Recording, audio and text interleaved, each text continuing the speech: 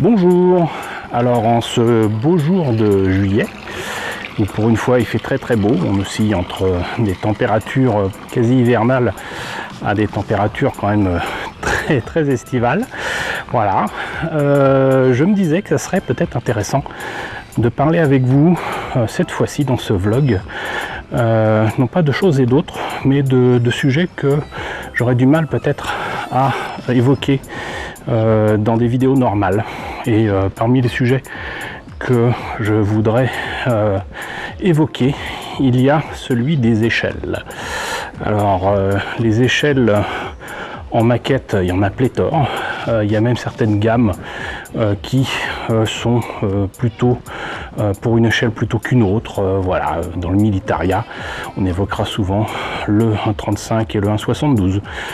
En maquette Gundam, forcément, ça sera du 1.144 ou du 1 centième. En bateau, ça sera du 1.350, un 400, voire un 700.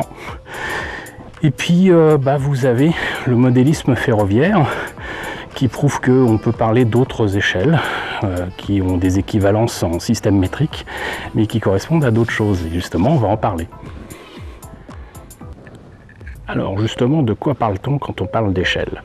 Alors déjà, quand vous voyez écrit 1,72, 1 centième, 144, pour prendre plus simplement l'exemple du 1 centième, ça veut dire que si vous prenez donc ce que vous avez sur la miniature et qui donc va représenter par exemple 1 cm sur la miniature, vous multipliez par 100 et vous dites que cette surface là, cette longueur là que vous avez mesuré donc d'1 cm représente en fait 100 cm, tout simplement.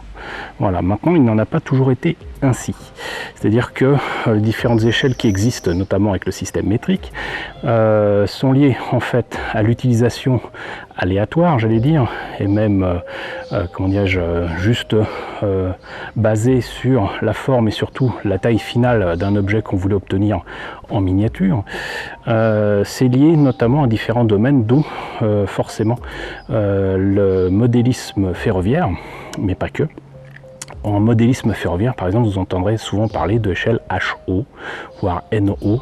En fait, il s'agit de H0 et N0, à savoir que donc il y avait donc avant la Seconde Guerre mondiale et même pendant la Seconde Guerre mondiale, une échelle admise qui était l'échelle 0. Et après la guerre, la moitié de cette taille s'est imposée un peu partout, avec notamment donc le développement des industries plastiques et notamment du plastique injecté, et donc ça a permis de vendre énormément de choses en plastique, dont des trains, dont des wagons, dont des éléments pour faire des décors, etc. Beaucoup le faisaient d'eux-mêmes, parfois en carton, parfois en métal. Le jouet en métal était forcément celui qui était le plus développé avant les années 60 ou 50, mais c'était quand même assez cher. Et tout d'un coup, il y a eu le plastique. Et donc en plastique, la taille qui était la plus facile à vendre, c'était la Alpha 0, donc ce qu'on appelle nous HO. Et en fait, cette échelle-là correspond peu ou prou à du 1,87, donc on est proche du 1,72.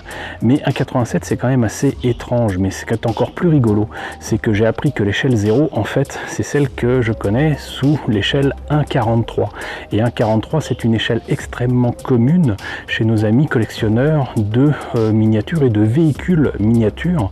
Donc beaucoup de voitures sont vendues au 1,43 et donc l'échelle viendrait de là, c'est-à-dire que l'échelle 1,43 des voitures viendrait de l'échelle 0 du modélisme ferroviaire. C'est quand même assez intéressant. Alors qu'il est beaucoup plus difficile de trouver des véhicules au 1,87, donc à l'échelle Alpha 0.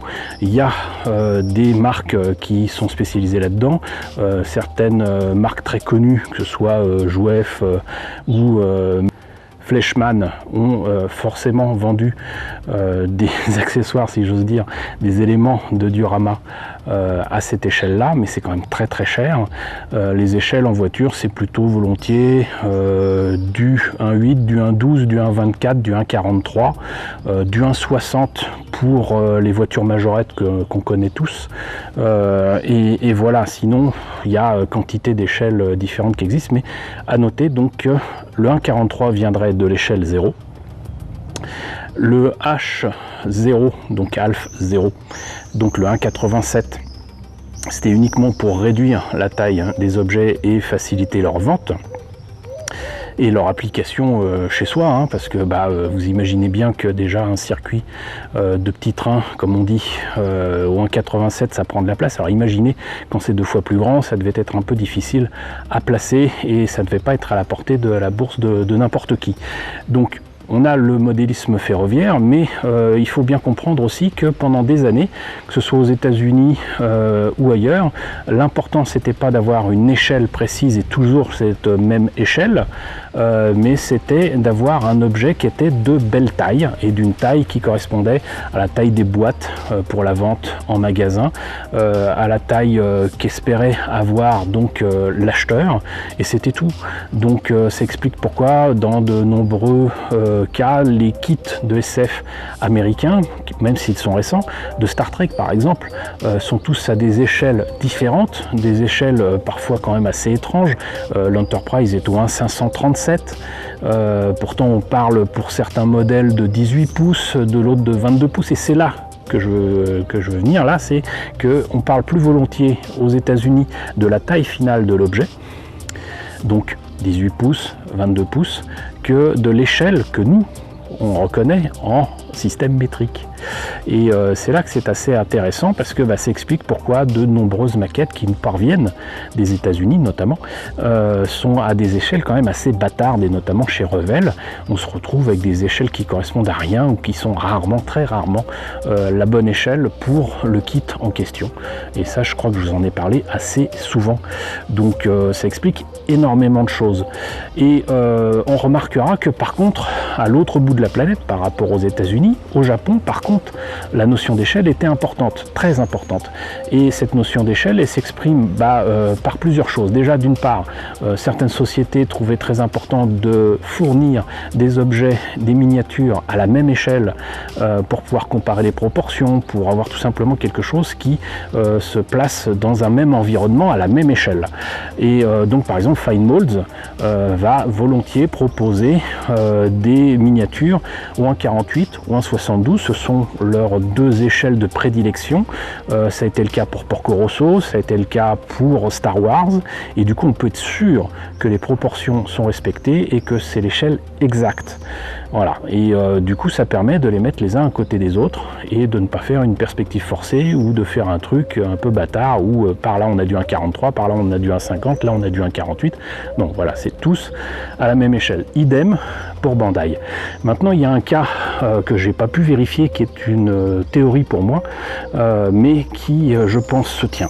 Voilà, j'ai pu constater depuis longtemps que de nombreuses sociétés pouvaient se partager une même licence sur un objet qui est supposé être, j'allais dire, de même gamme, donc une maquette à monter, à peindre, à coller. Et c'est le cas par exemple pour mes maquettes Macross, et j'ai constaté assez vite qu'il y avait des marques différentes, mais c'était souvent le même modèle, mais à une échelle différente. Et on remarquera que du coup Harry et Imai par exemple se retrouvaient avec des Destroids, se retrouvaient avec des Valkyries, se retrouvaient avec des choses comme ça à des échelles différentes, et se partageaient souvent des échelles, j'allais dire communes. Par échelle commune, je veux dire là surtout pour Macross, plutôt du 1.72 du 1 centième. Donc l'un faisait ce méca là au 1 centième, l'autre s'occupait de le faire au 1.72, et ça en est au point que le SDF1 par exemple, si on veut l'avoir à la même échelle mais en version robot ou en version forteresse, eh bien vous aurez le SDF1 à la même échelle mais avec 2 marques différentes, c'est-à-dire que le robot est fait par Harry et la forteresse est fait par Imai. Idem pour les petites versions au 1.8000, ils se sont partagés en fait, si vous voulez, du coup la tâche. et on se retrouve avec des qualités très différentes, mais des échelles plus ou moins communes, qui se marient pas toujours très bien. Mais par exemple, vous avez l'Armored Valkyrie, non transformable bien évidemment par Harry. Elle est au 1,72 et du coup la Valkyrie en Armored Valkyrie au 1 centième se retrouve chez Imai. Voilà, et du coup ça explique pourquoi l'usine de Macross était chez Imai mais ne présente finalement que le Destroid Tomahawk et l'Armored Valkyrie qui est également au 1 centième et certainement pas des Valkyries au 1 centième qui étaient chez Harry. Donc je ne sais pas si je suis très clair à ce niveau-là, c'est pas toujours évident. Quoi qu'il en soit, donc voilà, au Japon, il y a une vraie envie de faire correspondre des échelles et du coup, comme ça, on retrouve exactement cette même logique dans une boîte comme par exemple Nishimo. Je vous ai présenté déjà quelques maquettes Macross de Nishimo, notamment les Destroid et peut-être même quelques Valkyries, je crois, qui étaient au 1,200. Et il se trouve que Nishimo, alors je comprends pas le japonais, mais il me semble que dans Nishimo il doit bien avoir une petite astuce pour dire que ça correspond à l'échelle 1,200, mais ils font souvent des maquettes au 1,200 et ils n'ont pas fait que du Macross, ils ont fait par exemple aussi des bateaux, beaucoup de bateaux au 1,200. J'ai un ami qui a le Yamato, le vrai Yamato, au 1/200e, et voilà. Mais donc au Japon, c'est toujours très important d'avoir des gammes de maquettes exactement à la même échelle et pas des échelles qui changent de ci, de là, on ne sait pas trop à quoi correspond telle ou telle proportion. Alors on a parlé des États-Unis, on a parlé du Japon, mais qu'est-ce que ça donne en Europe et en France? Et ben, en Europe et en France, moi j'ai pu constater en fait au fil des ans que la question d'échelle était quand même un peu plus importante qu'aux États-Unis, ça c'est clair. Que par exemple Airfix indiquait clairement sur ses maquettes, par exemple un 72, voilà. Pas nécessairement d'échelle pour mes dinosaures que j'avais quand j'avais une dizaine d'années, mais par contre ce qui est rigolo, c'est que moi quand j'ai commencé la maquette, il y avait des échelles qui apparaissaient sur certaines boîtes, mais qui pour autant ne correspondaient pas à la réalité. Mais ça, je l'ai su après, parce que j'ai constaté que certaines maquettes en fait étaient vendues notamment par Airfix, justement à cette fameuse échelle HO, alors, qui est en fait H0, donc 1,87. Il y avait des tanks, il y avait des figurines, il y avait des véhicules militaires, des tas de trucs qui étaient en fait faits pour apparaître dans des dioramas de modélisme ferroviaire et qui était clairement donc à l'échelle des trains. Et des années plus tard, en fait, ils ont ressorti les moules de ces véhicules, de ces figurines, et ils les ont affichés non pas au 1,87, mais au 1,72. Donc il faut se méfier parfois des rééditions, il faut se méfier parfois de certaines éditions de maquettes qui reprennent en fait des vieilles maquettes d'autres marques. Il y a des reboîtages souvent de pas mal de sociétés, que ce soit justement du Zvezda vers Revell, du Revell vers Zvezda, des tas de choses comme ça. Pour les trucs modernes, faut pas trop se méfier, a priori ça va, mais par contre vous avez forcément des échelles qui semblent quand même assez improbables, comme par exemple le fait que soi-disant le Faucon de Revell soit au 1,72 et serait du coup à la même échelle que la maquette de Fine Malls ou de Bandai. Il est clair que la maquette de Revell est beaucoup plus petite, pas beaucoup mais quand même, donc méfiez-vous de ça, et il faut vraiment faire le calcul par soi-même. En fait, votre référence, c'est vous-même. On dit souvent en philosophie, l'homme mesure de toute chose. Là c'est le cas, puisque là on parle quand même de miniatures et d'objets qui sont fabriqués par l'homme pour l'homme. Si on veut changer les notions d'échelle, si on veut se dire tiens par exemple ça c'est pour des Entradiens qui sont beaucoup plus grands que des humains, c'est pour des aliens qui n'ont rien à voir avec nous, comme par exemple le Space Jockey de Alien, qui est clairement à une taille différente entre le premier film de 79 et cette horreur qui est le film de Ridley Scott qui est Prometheus, où tout d'un coup les ingénieurs sont plus grands que les humains mais beaucoup moins grands que ce qu'on a vu dans le premier film. C'est un peu du n'importe quoi. Juger des proportions et des tailles par rapport à vous, par rapport à ce que vous voyez. Telle ou telle voiture n'a pas la même taille. Par exemple, une Fiat 500 n'a pas la taille d'une Ferrari ou d'un SUV, etc. Il y a des choses comme ça à intégrer de toute façon dans sa tête. Et vous savez d'instinct de toute façon à quoi correspond la taille d'un objet s'il est fait pour l'homme.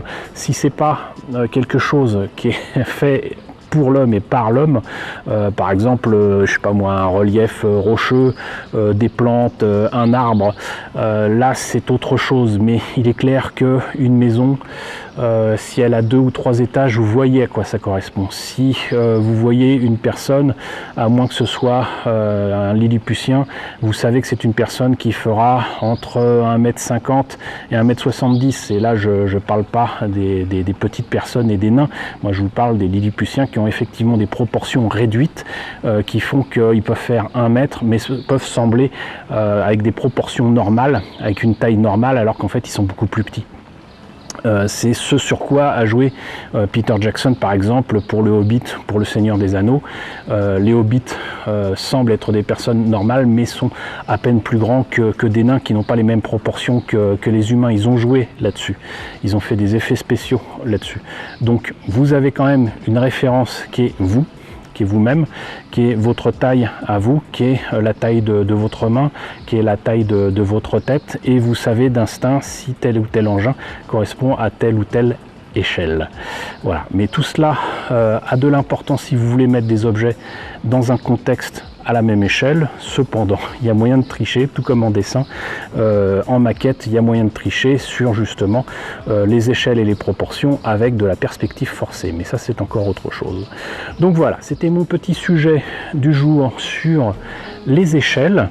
Je ne pense pas avoir vraiment tout expliqué. Je vous ai juste donné des pistes, non seulement de réflexion, mais de recherche. Sachez que de toute façon, des échelles, vous en avez, mais de toutes les sortes, dans tous les domaines. Et on a du mal à apprécier une échelle quand elle dépasse, par exemple, le 1,350, le 400, le 1 millième, etc. Surtout pour des objets comme des vaisseaux spatiaux qui n'existent pas. Mais par contre, je vous invite à observer autour de vous les voitures, les avions, les motos, tout ce que vous avez, le mobilier urbain, vous remarquerez que de toute façon tout est fait par rapport à notre échelle de 1,1, puisque l'échelle réelle c'est 1 sur 1. Voilà, si vous diminuez de moitié, c'est 1 sur 2. Vous avez le R2D2 d'Altaïa par exemple, il est au 1/2, il n'est pas à taille réelle. Voilà, c'est aussi une belle référence. Mais n'hésitez pas à observer par vous-même et de vous faire une bibliothèque dans votre tête de tout ce qui vous entoure en termes de proportions et donc d'échelle. Voilà, écoutez, j'espère que ce petit sujet improvisé vous a intéressé. N'hésitez pas à me dire ce qu'il en est dans la section commentaires, n'hésitez pas à liker, n'hésitez pas à partager, n'hésitez pas à vous abonner si ce n'est pas déjà le cas. Coucou aux nombreux abonnés qui nous ont rejoints ces derniers temps, bienvenue ici. Coucou aux grands anciens qui me suivent depuis plus de 4 ans. Merci à tous de votre fidélité, merci à tous de votre soutien sur Tipeee et sur Paypal. Surtout prenez soin de vous. Je vous laisse avec la liste des contributeurs de la chaîne et je vous dis donc à très bientôt pour un nouveau vlog.